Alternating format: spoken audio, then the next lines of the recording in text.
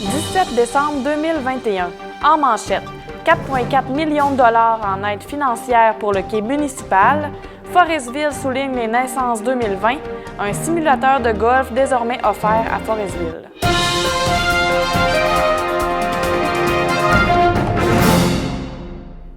La réfection du quai de Forestville peut enfin aller de l'avant. Alors que le gouvernement fédéral avait consenti une somme de 1,1 million de dollars en février 2021, l'autre palier gouvernemental a confirmé sa participation financière au projet. C'est ce qu'a annoncé la mairesse de Forestville, Micheline Anctil, lors de la séance municipale du 14 décembre, lors du dernier point de l'ordre du jour, soit l'adoption du règlement pour autoriser un emprunt de 7,5 millions de dollars afin d'effectuer des travaux majeurs au quai municipal. Des subventions de l'ordre de 4 443 775 $ ont été confirmées. Une somme de 7,5 millions de dollars doit être empruntée par la Ville pour financer le projet en entier, mais un montant de 3 56 225 devra être déboursé de son côté, à moins de trouver d'autres partenaires financiers. Notons que le gouvernement du Québec investit 3,3 millions de dollars dans le projet. Le 21 décembre, les personnes habiles à voter auront l'opportunité de se prononcer contre le projet de 9h à 19h à l'Hôtel de Ville. Selon Mme Anctil, la réfection du quai va permettre de renforcer et de développer encore davantage la position stratégique de Forestville comme centre régional de transport et d'entreprise, générant ainsi d'importantes retombées pour l'ensemble du territoire de la Haute-Côte-Nord. Cela contribuera également de façon significative à faire du fleuve Saint-Laurent un pôle durable de croissance économique et environnementale. La réfection du quai comporte la construction d'un mur rideau attaché à de nouveaux blocs d'ancrage, la réfection du tablier et le recouvrement en gravier d'une portion de l'infrastructure. La Ville de Forestville a mandaté le 14 décembre les services EXP incorporés à préparer les demandes d'autorisation du projet de réfection du quai municipal auprès des autorités concernées. Datant de plus de 50 ans, le quai de Forestville transige quelques 65 000 tonnes de marchandises, principalement du vrac solide, chaque année et son service de traversier est utilisé par près de 40 000 passagers et 20 000 véhicules annuellement.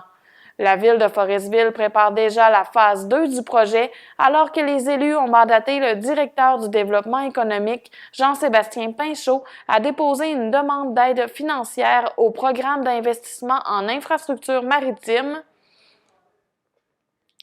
La Ville de Forestville a une fois de plus souligné les naissances de sa communauté en gravant les noms des enfants qui y sont nés au cours de l'année 2020 sur une plaque commémorative installée au Parc des naissances adjacent à l'Hôtel de Ville.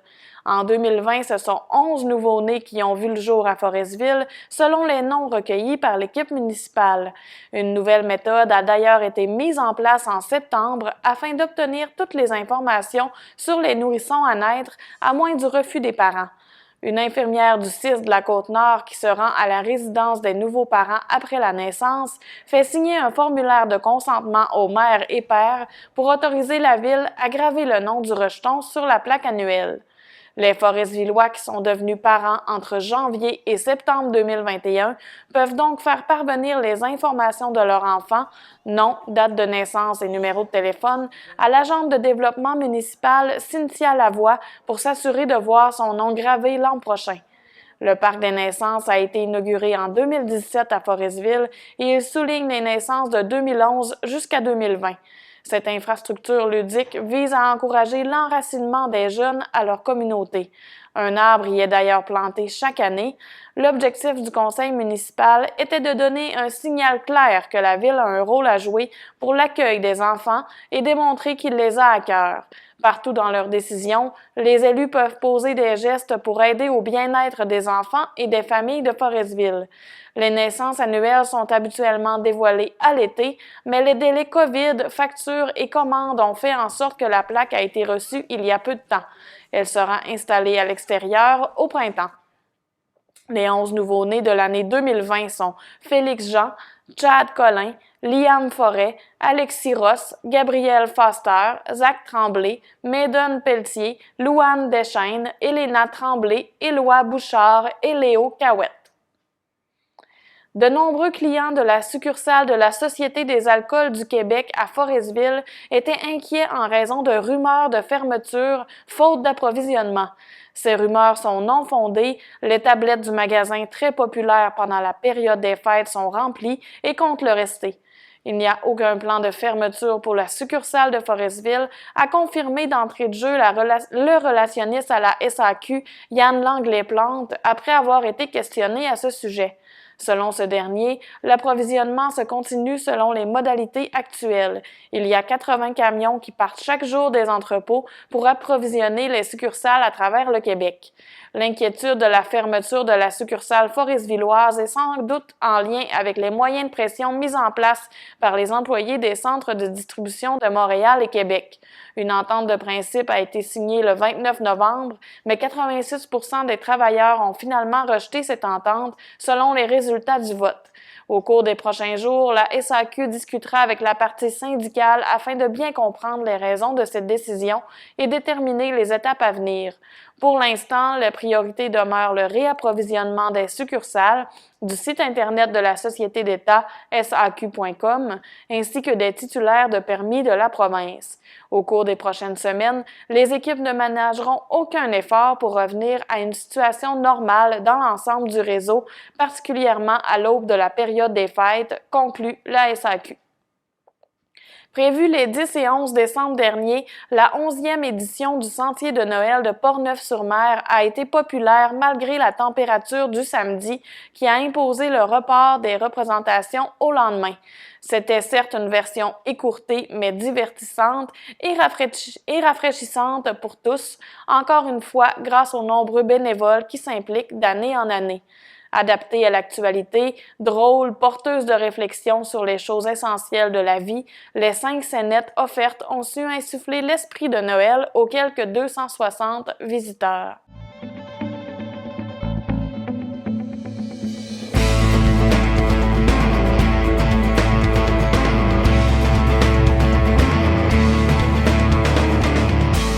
Dans le monde du sport, les amateurs de golf verront leur saison prolongée à compter de cet hiver, puisque la Coop Golf virtuelle Forestville a officiellement lancé son simulateur de golf le 9 décembre.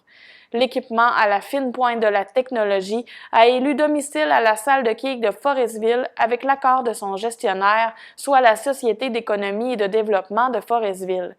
Il permet aux golfeurs, débutants ou expérimentés, de s'élancer sur plusieurs parcours virtuels programmés. C'est un groupe de golfeurs qui pelletait autour du numéro 3 qui ont soulevé l'idée d'installer un simulateur de golf à Forestville. Un comité provisoire a donc été créé pour regarder les options qui seraient possibles afin de mener à terme un tel projet. Finalement, après avoir sollicité plusieurs partenaires, les avenues s'annonçaient positives. Le Golf Le Méandre a offert les premiers argents pour permettre la formation de la coopérative le 13 décembre 2020. Par la suite, plusieurs aides financières ont été reçues puisque la MRC de la Haute-Côte-Nord, la Caisse Desjardins du Centre de la Haute-Côte-Nord et Micro-Entreprendre ont embarqué dans le projet. La Coopérative de développement régional du Québec a quant à elle supporté la mise en place de la coopérative. Une somme totale de 45 000 était nécessaire à l'installation du simulateur de golf. Afin de réunir une mise de fonds, la Coop Golf virtuelle a recruté 41 membres fondateurs qui ont tous cotisé un montant de 300 $, ce qui a totalisé 12 300 $. La Coop Golf virtuelle Forestville est composée de 5 administrateurs, soit Denis Asselin, président, René Tremblay, vice-président, Jude Brousseau, trésorier, Patrick Lafontaine, secrétaire et Alexandre Rioux, administrateur. En plus de permettre aux golfeurs de pratiquer leur sport à l'année, le simulateur de golf s'adresse à toute la communauté. C'est pourquoi un volet communautaire développé par René Tremblay a été ajouté. Les personnes âgées, les personnes vivant avec un handicap et les jeunes auront un accès spécial à cet équipement technologique.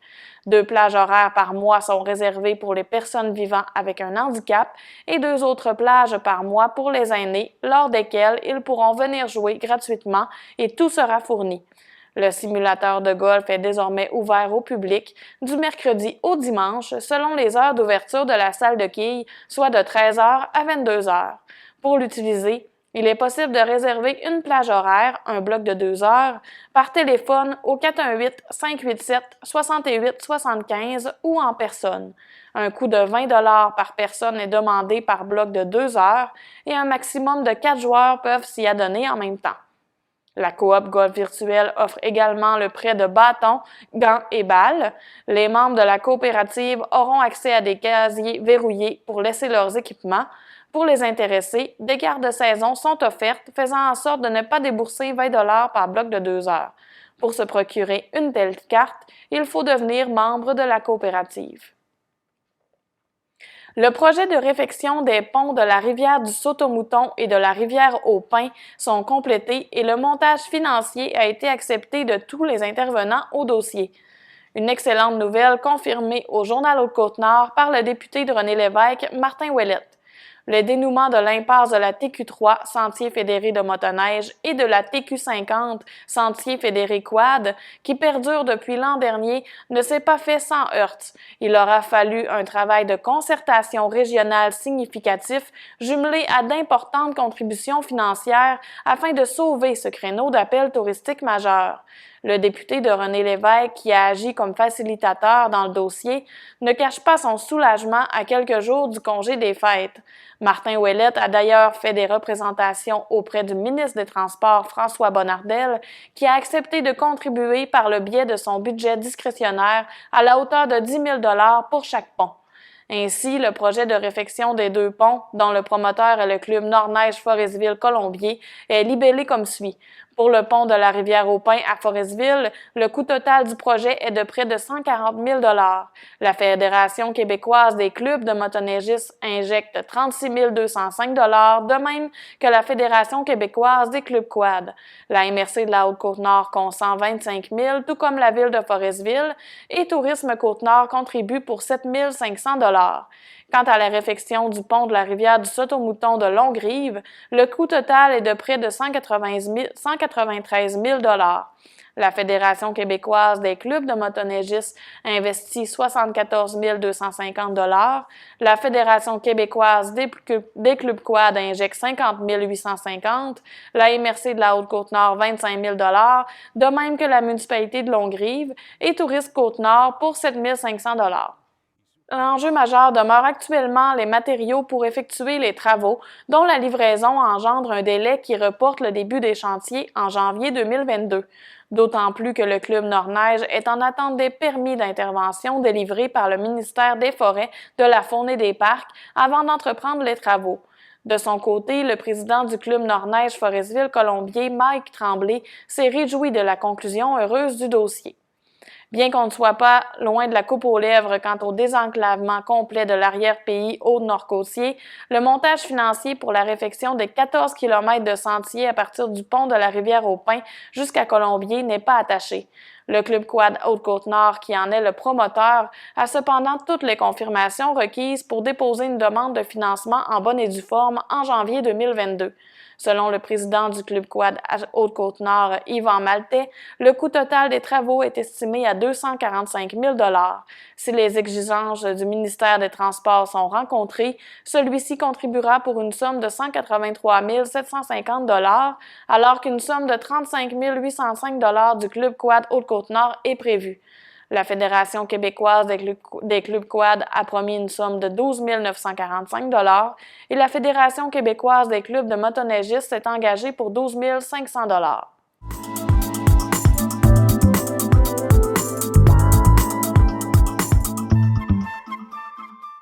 À la météo, pour ce vendredi 17 décembre, les nuages seront de la partie, mais la température atteindra 3 degrés Celsius. Demain, une alternance de soleil et de nuages est prévue par Environnement Canada, avec un refroidissement du mercure à moins 4 degrés. Dimanche, c'est de la neige qui sera au rendez-vous et le thermomètre demeurera à moins 4 degrés. C'était le dernier bulletin d'information de l'année 2021. Nous serons de retour le 14 janvier 2022. Au nom de la télévision du littoral, je vous souhaite de joyeuses fêtes, de la santé et de l'amour pour la nouvelle année.